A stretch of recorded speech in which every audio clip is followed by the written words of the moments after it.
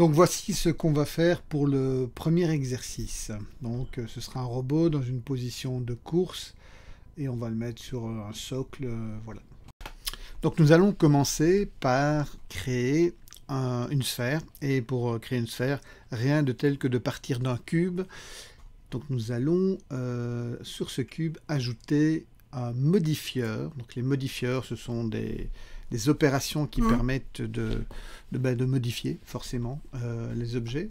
Et dans ce modifieur, on va prendre la subdivision de surface. Alors que fait la subdivision de surface? Elle arrondit les objets en fonction d'un algorithme qui va, en fait, si je regarde ici la structure de l'objet, donc j'ai ce qu'on appelle un edge, donc la ligne là entre deux points, ça s'appelle un edge, et ici pareil en vertical, et donc la subdivision de surface, le principe c'est qu'il prend la moitié d'un edge, la moitié de l'autre edge, on appelle ça des edges adjacents parce qu'ils forment un angle droit, et il trace une courbe. Et comme il fait ça dans tous les sens, eh bien on a un cercle sur toutes les faces, et quand on a un cercle sur toutes les faces d'un cube, on obtient une sphère. Quand c'est le découpage par le cercle sur toutes les faces d'un cube, ça fait une sphère. Donc là j'étais passé en mode Edit Mode, et donc c'est bien la preuve qu'on a toujours un cube, mais que ce cube est par la subdivision devenu une sphère. Je vais monter cette subdivision. On voit ici le nombre de levels, c'est-à-dire le nombre de fois que c'est subdivisé. La première subdivision divise en 4, la deuxième division divise en 16, la troisième division divise en 256. Donc c'est une division exponentielle. Ça veut dire que ça monte au fur et à mesure. Et donc, si je vais à 3, mais on va voir qu'on a beaucoup plus de facettes. Et donc, on a quelque chose qui va devenir de plus en plus lisse. D'ailleurs, même si j'active ici le Shade Smooth, on pourrait presque avoir l'impression que cette sphère est complètement lisse. Et sphère, enfin, ça reste encore un petit cube. Si je regarde, donc là, je me mets dans ma vue front orthographique. Je peux y aller par le viewport front. Je peux le faire aussi en cliquant sur la petite boule Y ici, je vais me retrouver soit en front ou en back, et il suffit que je reclique. Donc si je clique sur cette petite boule verte avec le Y, eh bien, je passe de back à front. Voilà, donc c'est différentes manières d'arriver dans cette vue. C'est une vue orthographique, donc une vue plan, comme si c'était dessiné sur le papier en quelque sorte. Il n'y a pas de perspective ici, et donc là j'ai vraiment la forme, et on voit que c'est pas tout à fait rond. Donc on va ajouter un autre modifieur, le cast, et on va mettre le facteur du cast, on va le mettre à 1. Et donc là maintenant on est sûr d'avoir une sphère. Si vous avez un doute, je vais cliquer ici sur l'écran, et vous voyez, il y a une différence qui apparaît. Quand on clique sur ce petit écran ici, en fait on active ou on désactive le modifieur qu'on a rajouté. Donc pour le moment, ces modifieurs ne sont pas appliqués, ils sont ajoutés à l'objet. On voit le résultat, donc avec le clic milieu ici, je sors de ma vue orthographique. On voit le résultat, mais l'opération n'est pas appliquée, elle n'est pas faite vraiment. Si je veux appliquer cette opération, ce qui dans ce cas-ci est quelque chose, on n'a pas toujours envie d'appliquer l'opération de subdivision par exemple, parce que simplement ça permet d'avoir un objet lisse à la vue et au calcul, tout en gardant moins de polygones, et donc ça occupe moins de ressources de la machine. Et des fois, enfin, suivant la machine qu'on utilise, ça peut être intéressant. Donc, ce que je vais faire, c'est que je vais appliquer. Et pour ça, je vais dans le petit menu, ici, la petite flèche qui se trouve à côté de l'appareil photo. Je vais cliquer sur Apply, et je fais pareil. Alors, quand je veux appliquer des modifieurs, il faut toujours prendre celui qui est au-dessus, l'appliquer d'abord avant d'appliquer celui qui est en dessous. Donc, autre chose que je vais faire ici dans mon interface, tout de suite là, je vais aller afficher le système statistique et le système memory. De cette manière-là, je peux voir le nombre de points, de faces, de triangles que j'ai dans ma scène. Ça aussi, ça peut être important pour voir à quel point ma scène est lourde ou pas. Et aussi la mémoire qui est occupée. Donc la mémoire, c'est la mémoire RAM, c'est pas la mémoire vidéo. Ok, donc j'ai maintenant, quand je rentre en mode sous-objet, je n'ai plus un cube, j'ai donc bien ma sphère, puisque j'ai appliqué mes modificateurs. Et je vais utiliser cette sphère plusieurs fois pour faire notre personnage. Alors, je vais d'abord avoir une première fois, on va la placer quelque part, je vais dire, allez, on va mettre aux alentours de la première ligne, ici une ligne un peu plus blanche, donc ça veut dire que si je parle en termes de dimension dans Blender, ça fait que c'est à 1 mètre du sol, le sol étant ici la grille qu'on voit là-bas. Et je vais me dire que ça va faire le corps qu'on va un peu déformer par la suite, mais pour le moment on va le garder comme ça. Je vais dupliquer, majuscule D, et je déplace. Je vais le mettre sur le côté parce que je vais la dupliquer plusieurs fois. Ça va me servir pour faire plusieurs éléments. Donc je mets ça sur le côté et j'ai ici les différents éléments qui sont dans ma scène. Donc le premier, on va appeler ça le corps. Et le deuxième, ça va être ma sphère de base que je vais dupliquer par la suite, sans doute plusieurs fois. Donc, ce que je peux faire, c'est cliquer sur l'œil, comme ça je la cache pour le moment, parce que je vais m'occuper d'abord de ce corps. Je vais rentrer en mode sous-objet, donc tabulation, en edit mode, c'est ce qui me permet de modifier mon objet. Et ici, je vais venir sélectionner plusieurs faces. Donc, je vais me mettre en mode face. Là, pour le moment, elles sont toutes sélectionnées. Donc, je vais cliquer sur le côté. Voilà, elles ne sont plus sélectionnées. Elles ne sont plus oranges. Elles ne sont plus sélectionnées. Et je vais sélectionner ces 4 faces ici. Comme ça, 4 sur 4.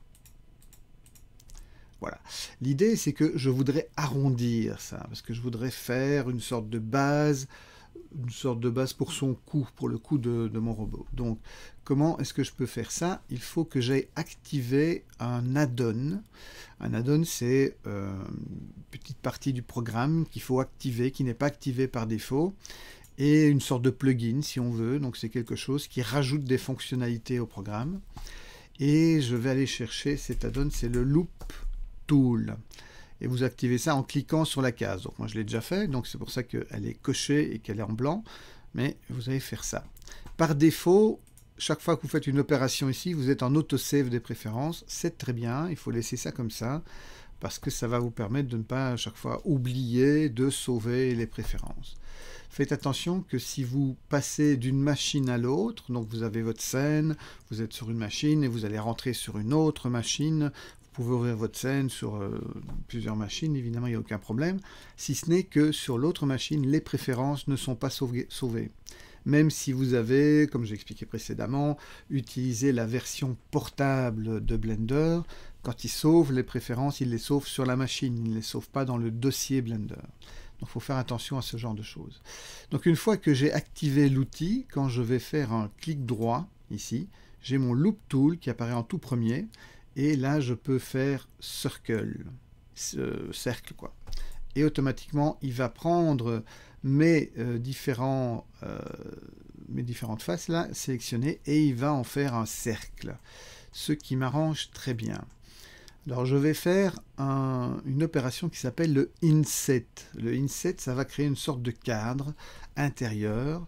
Donc si j'appuie sur I pour Inset, je vais placer ma souris un petit peu plus loin, vous allez comprendre pourquoi, et je vais taper I sur le clavier. Et donc vous voyez que maintenant, entre ma souris et le centre de ma sélection, il y a une ligne en pointillé, c'est une sorte de levier. Et quand je bouge ma souris, ça fait l'opération de Inset. Donc le Inset, c'est ça crée un cadre, ça crée en fait, ça duplique la surface et ça permet de la rendre plus petite tout en glissant sur la forme, ce qui est très pratique. Donc ça me permet de faire un bord finalement. Voilà, je vais cliquer pour valider mon opération. Souvent dans Blender, on doit cliquer pour valider une opération.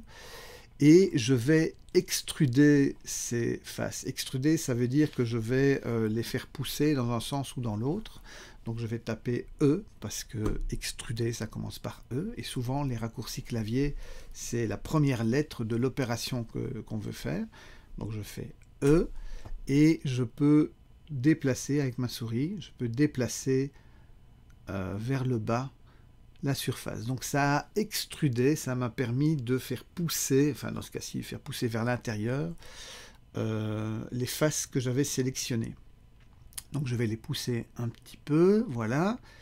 Et en fait, ce que je voudrais, c'est avoir une autre courbure. Pour le moment, la courbure est vers l'extérieur, hein, concave. Je voudrais l'avoir convexe, donc vers l'intérieur.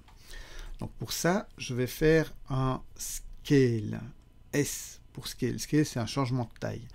La seule chose, c'est que ce que je veux, c'est être dans l'alignement de mes polygones ici. Donc, je vais changer mon orientation de mes manipulateurs. Donc, si je fais S, on voit ici, je vais changer la taille globalement. Ce que je voudrais, c'est changer la taille vraiment dans l'axe de l'alignement de mes polygones. Donc, je vais passer en local, voire même en normal. Qu'est-ce que c'est les normales? Les normales, ce sont justement des perpendiculaires qui s'élèvent depuis le centre de chaque face qu'on voit ici. Donc, si je choisis normal et que je fais SZ, eh bien, je vais pouvoir agir, et on voit en bougeant ma souris, je vais pouvoir agir sur les polygones pour qu'ils se courbent dans le sens que j'ai envie qu'ils se courbent. Voilà.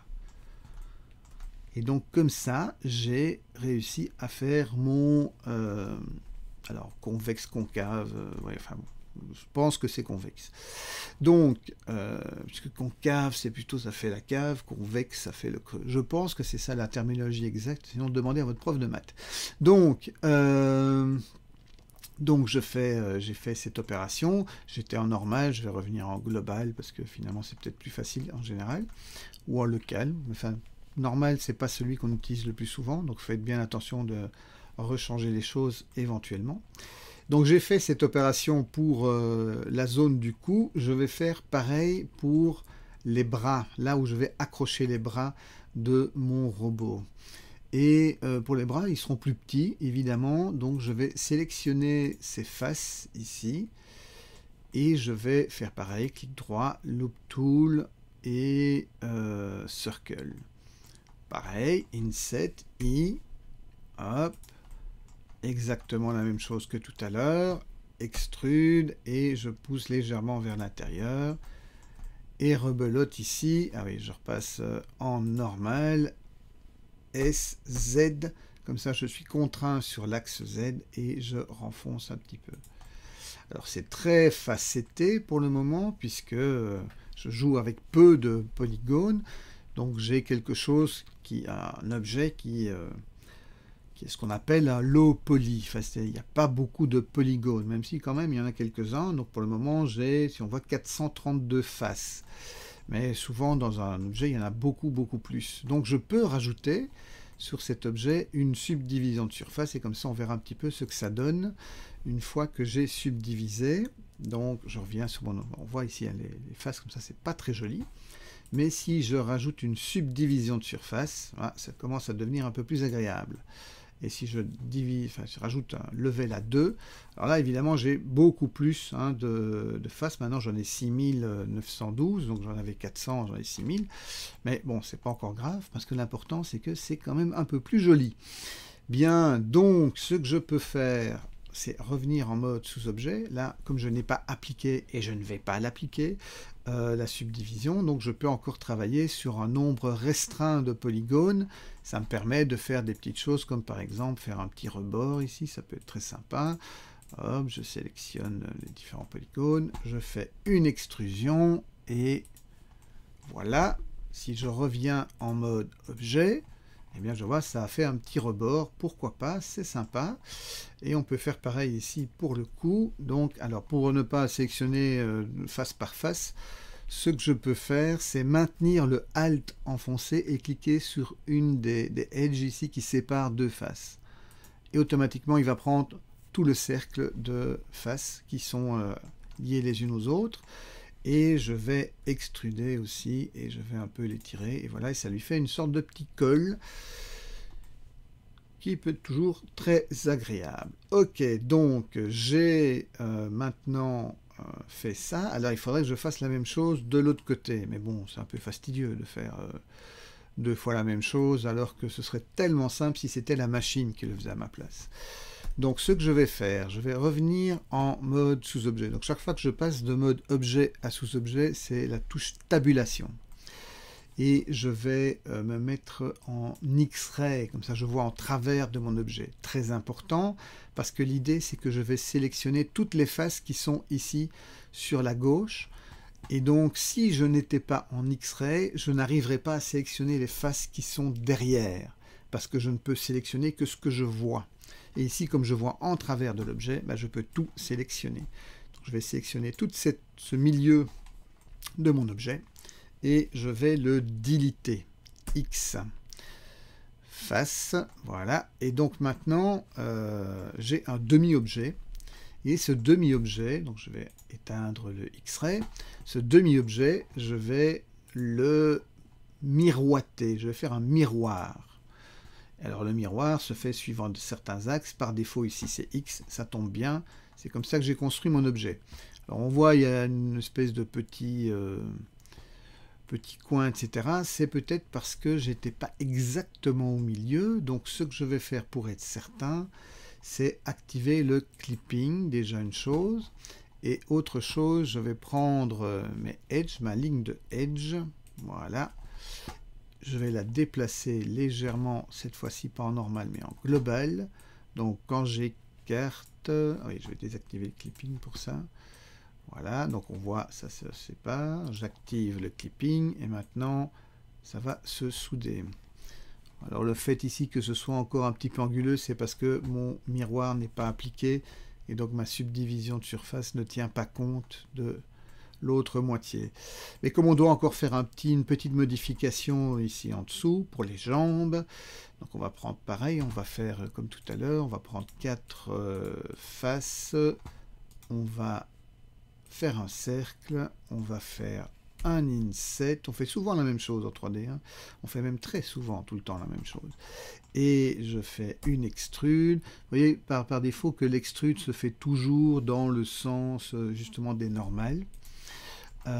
Et ici, rappelons-nous, on va passer en normal, on va faire un SZ et on va creuser. Voilà, et en même temps, on peut le déplacer un petit peu, même encore un petit peu, parce que là, c'est la jambe, donc ça va être un petit peu différent. Et ici, comme tout à l'heure, on va, je vais revenir en global, je vais sélectionner avec le Alt enfoncé, en cliquant sur une ligne, le cercle de face et les extruder, et voilà. Donc, et automatiquement, il l'a fait de l'autre côté. Alors maintenant, ce que je peux faire, puisque là, j'ai finalisé j'ai finalisé la construction, grosso modo, de ce corps, je peux appliquer le miroir. Donc je ne vais pas appliquer la subdivision, je vais appliquer que le miroir. Donc je disais tout à l'heure, il faut toujours commencer par au-dessus. Mais comme je ne veux pas appliquer la subdivision, je vais juste appliquer le miroir. Et voilà, et maintenant c'est tout à fait bien lisse. Et j'ai les endroits où vont venir se ficher les bras et venir se ficher les jambes. Ok, donc ici ce sera le coup pour la tête. Par contre, c'est tout à fait rond et je voudrais quelque chose d'un peu différent. Donc pour faire la modification nécessaire, je vais utiliser un truc. C'est un truc qu'on utilise, enfin c'est un modifieur qu'on utilise plutôt en animation, mais on peut l'utiliser aussi pour faire de la modélisation. Ça s'appelle une lattice.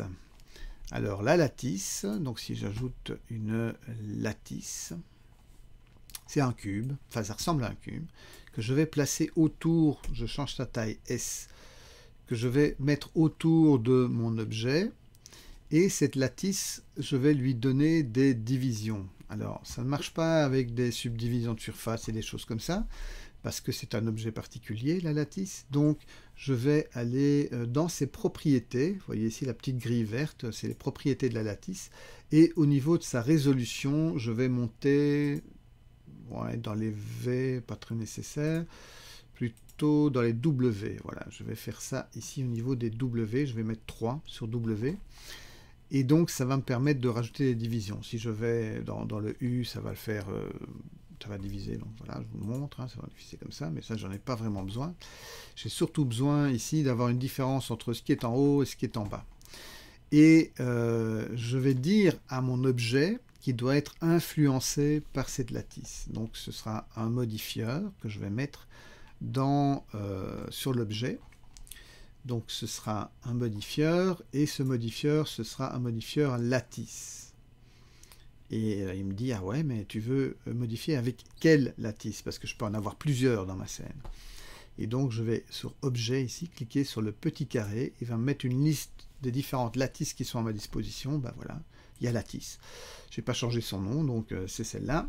Vertex Group, c'est quand je veux n'agir que sur certains points, mais bon, ça, voilà, on n'a pas besoin de ça.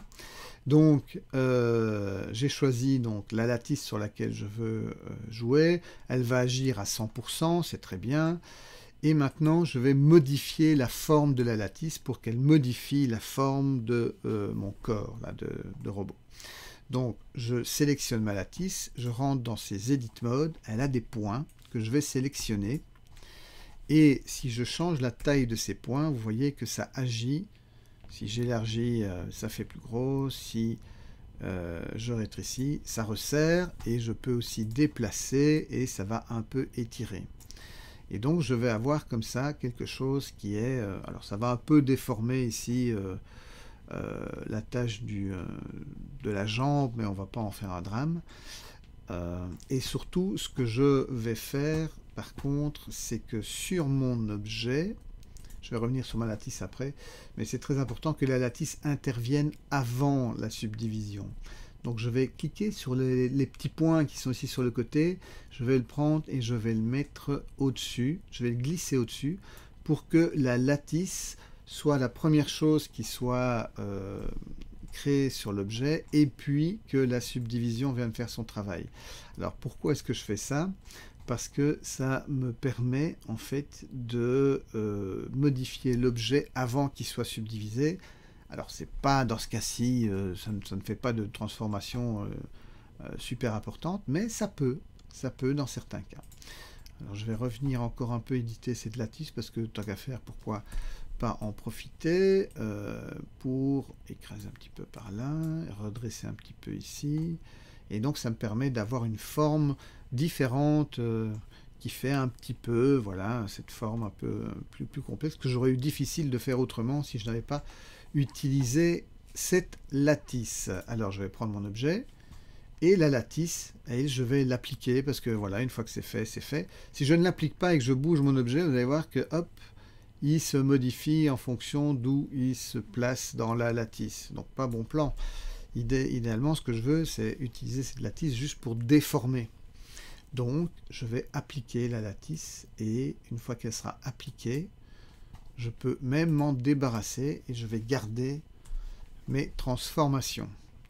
Et donc voilà, j'ai fait ma première partie, que je vais sauver d'ailleurs, et que je vais sauver de manière intelligente. Donc classe machin. Alors ici, je suis en exercice 3, c'est pas exercice 3, on est plutôt dans l'exercice 1. Donc ce sera, allez, créons un dossier, donc ce sera nom, prénom. Alors vous mettez pas nom et prénom, vous mettez votre nom, votre prénom, hein, on est d'accord. Votre classe, et ce sera exercice 01. 2S pour deuxième session. On va même peut-être mettre un underscore entre les deux. 2S pour deuxième session, comme ça on s'y retrouve. Et ici, on va appeler ça pareil, nom, underscore, prénom, underscore, classe, underscore, exercice 01.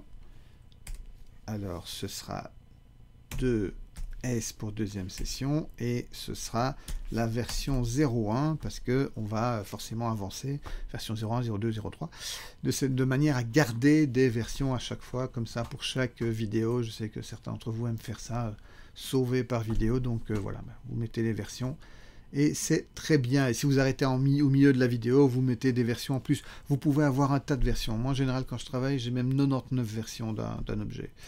Parce que, voilà, je sauve le plus souvent possible pour revenir en arrière si j'ai envie. Ok, donc on a ça. Il faudra peut-être qu'on revoie un petit peu ici pour remettre tout ça en ordre. Mais on a déjà fait une première partie.